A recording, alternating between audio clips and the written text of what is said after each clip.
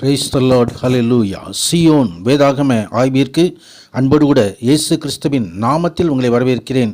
இன்றைய தினத்திலும் என்னாகம புஸ்தகம் அதிகாரங்கள் 21 முதல் 24 அதிகாரங்களில் உள்ள வசனங்களை தியானிக்க சர்வ வல்லமையுள்ள தேவன் நமக்கு கிருபை பாராட்டுவாராக. வேவுக்காரர் காண்பித்த வழியாக இஸ்ரவேலர் வருகிறார்கள் என்று சொல்லி தெற்கே வாசம் பண்ணுகிற கானானியனாகிய ஆராத் ராஜாவுக்கு அறிவிக்கப்பட்டது. 21 அதிகாரத்திலே நாம் பார்க்கிறோம். அப்பொழுது அந்த ராஜா இதோ அவர் இஸ்ரவேல் சிலரை சிறைபிடித்து கொண்டு போனான். அப்பொழுது இஸ்ரவேல் கர்த்தரை நோக்கி கூப்பிட்டார்கள். கர்த்தருடைய கர்த்ததாமே அவருடைய சத்தத்துக்கு செவி கொடுத்தார். அவர்களுக்கு கானானியரை ஒப்பு கொடுத்தார். அவர்கள் பட்டணங்களை சங்காரம் பண்ணி அவ்விடத்திற்கு ஓர்மா என்று பெயரிட்டார்கள்.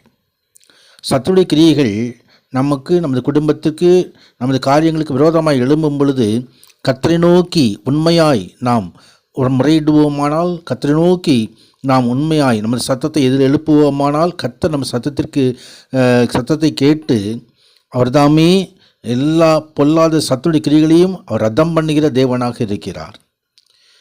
கூப்பிடுகிற இஸ்ரவேலுடைய சத்தத்துக்கு அவர் செவி கொடுக்கிற தேவன். கர்த்தருடைய நாமத்துக்கு மகிமை உண்டாவதாக.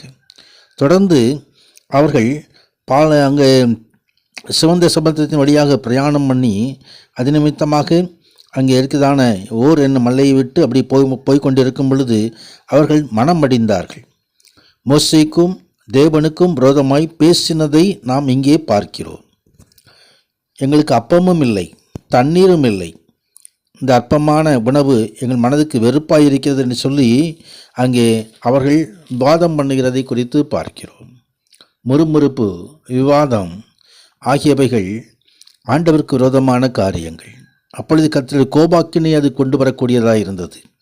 கொள்ளிவாய் சர்ப்பங்களை கொண்டு வரக்கூடியதாக இருந்தது. ஜனங்களை அந்த கொள்ளிவாய் சர்ப்பங்கள் கடித்ததினால் அநேக பேர் செத்து போனார்கள். அப்பொழுது மோசே ஜனங்களுக்காக விண்ணப்பம் பண்ணினதை ஆண்டவராகிய தேவன் கேட்டு அதற்கு தப்புவிக்கிற வழியை காண்பித்தார். நீ ஒரு கொள்ளிவாய் சர்ப்பத்தின் உருவத்தை செய்து அதை ஒரு கம்பத்தின் மேல் தூக்கி வை, கடிக்கப்பட்டவன் எவனோ அவன் அதை நோக்கி பார்த்தால் பிழைப்பான் என்றார். கர்த்தர் தப்புவிக்கிற வழியை காண்பிக்கிறவர், தம்மை தப்புவிக்கிறவர். அநேக காரியங்களிலே இடுக்கண்களில் நாம் அகப்பட்டு கொள்ளும் பொழுது அவர் நமக்கு தப்புவிக்கிற காரியத்தை காண்பிப்பார். ஆம், உலகம் முழுவதும் பாவத்துக்குள்ளாய் அடிமைப்பட்டு சத்துருவுக்குள்ளாய் கடந்து செல்லும் பொழுது கர்த்தர் அந்த சத்துருனுடைய அந்த வலு சர்ப்பத்தினுடைய காரியங்களை நாம் விடுவிக்கும்படி சிலுவையில் நமக்காக ஜீவனை கொடுத்தவர். ஆம், அவரை நோக்கி பார்க்கும் பொழுது நாம் பிழைத்துக் கொள்வோம் என்று சொல்லி யோவான் 3 அதிகாரம் 14 15 வசனங்கள் தெரிவிக்கிறதை நாம் அறிந்திருக்கிறோம். கர்த்தருடைய நாமத்துக்கு மகிமை உண்டாதாக. ஆம், வலு சர்ப்பம் அது ஏதேன் தோட்டத்திலிருந்து தொடங்கி வெளிப்படுத்தின விசேஷம் வரைக்கும் வருகிறதை நாம் பார்க்க முடியும். அதன் கிரியைகள் நமது வாழ்க்கையிலும் அது கடந்து வருவதை காண முடியும். அந்த சர்ப்பத்தை மிதிப்பீர்கள் என்று சொல்லி ஆண்டவராகிய தேவன் நமக்கு வாக்குத்தத்தம் பண்ணி இருக்கிறார். ஆம், அந்த வலுப்ப சர்ப்பத்தை கண்டு நாம் பயப்பட வேண்டிய அவசியம் இல்லை. அதை மேற்கொள்ளக்கூடிய உன்னத பலனை தேவனாய் நமக்கு கட்டளையிட்டிருக்கிறார். தொடர்ந்து 22 அதிகாரத்திலே இஸ்ரவேல் புத்திரர் பிரயாணம் பண்ணி எரிகோவின் கிட்ட இருக்கும் யோர்தானுக்கு இக்கரையிலே மோவாபின் சமனான வெளியிலே பாளையம் இறங்கும் பொழுது அங்கே இருக்கிறதான அந்த மோவாபியர் ராஜா பாலாக் பார்த்து, இந்த இஸ்ரவேல் புத்திரருக்கு கர்த்தர் கூட இருக்கிறதை, கர்த்தர் ஒத்தாசை செய்கிறதை கண்டு மற்ற எல்லா ராஜாக்களையும் மேற்கொண்டு வருகிறார்கள் என்று சொல்லி கேள்விப்பட்டு பயந்து, இதோ பிலேயாம் என்று சொல்லப்படுகிறதான ஒரு மனிதனை அழைத்து அவர்களுக்கு சபிக்கும்படி அங்கே இந்த காரியத்தை குறித்து இந்த அதிகாரத்தில் எழுதப்பட்டிருக்கிறது.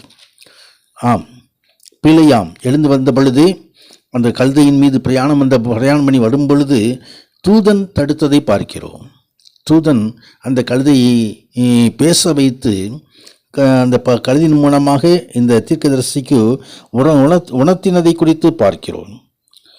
2 பேதுரு 2ஆம் அதிகாரம் 16வது வசனத்திலும் பேசாத மிருகம் மனுஷர் பேச்சை பேசி பிலேயாமின் மதிகேட்டை தடுத்தது என்று எழுதப்பட்டிருக்கிறது. கர்த்தருக்கு மகிமை உண்டாவதாக.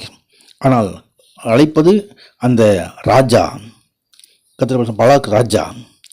அங்கு ஜனங்களை சபிக்கும்படி அழைக்கும் பொழுது அங்கே அந்த பிலேயாமுடைய கண்கள் திறக்கப்பட்டவனாய் அங்கே சொன்னதான காரியம், தேவன் சபிக்காதவனை நான் சபிப்பது எப்படி, தேவன் வெறுக்காதவனை நான் வெறுப்பது எப்படி என்று சொல்லி அங்கே இஸ்ரவேல் ஜனங்களை சபிக்காதபடிக்கு தடுக்கப்பட்டதை குறித்து பார்க்கிறோம்.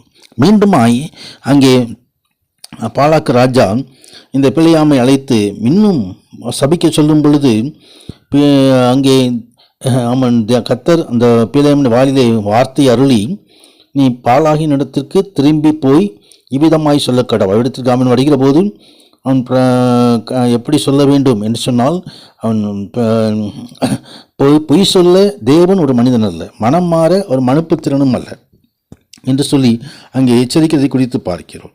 அங்கே இஸ்ரவேலை சபிக்காதபடிக்கு தேவனத்தை எச்சரித்தார். மீண்டும் 3வது முறையும் பாலாக் ராஜா இந்த பிலேயாமை அழைத்து அங்கே சபிக்க சொல்கிற காரியத்தை குறித்து பார்க்கிறோம். அங்கே ஆட்டுக்குட்டியெல்லாம் 7 பலிபீடத்திலே பலியிட்டு இஸ்ரவேலை ஆசீர்வதிப்பதே கர்த்தருக்கு பிரியம் என்று சொல்லி பிலேயாம் கண்டுகொண்டான். கர்த்தருக்கு மகிமை உண்டாவதாக.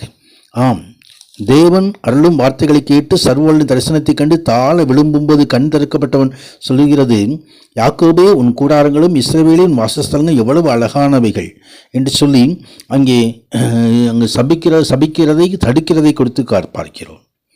மீண்டுமாய் 4வது முறையும் பாலாக் ராஜா பிலேயாமை அழைத்து சபிக்க சொல்லும் பொழுது அங்கே நான் அவரை அங்கு தாழ விழுந்து கண் திறக்க வேண்டும் விளம்புகிறது, அவரை காண்பேன், இப்பொழுதல்ல, அவரை தரிசிப்பேன், சமீபமாயல்ல. ஒரு நட்சத்திரம் யாக்கோபிலிருந்து உதிக்கும், ஒரு செங்கோல் இஸ்ரவேலிலிருந்து எழும்பும், அது மோவாபின் எல்லைகளெல்லாம் நொறுக்கி போடும், சேத் புத்திரர் எல்லோரையும் நிர்மூலமாக்கும் என்று சொல்லி அங்கே ஒரு நட்சத்திரம் எழும்புவதை குறித்து எழுதப்பட்டிருக்கிறதை குறித்து பார்க்கிறோம். கர்த்தருடைய நாமத்துக்கு மகிமை உண்டாவதாக.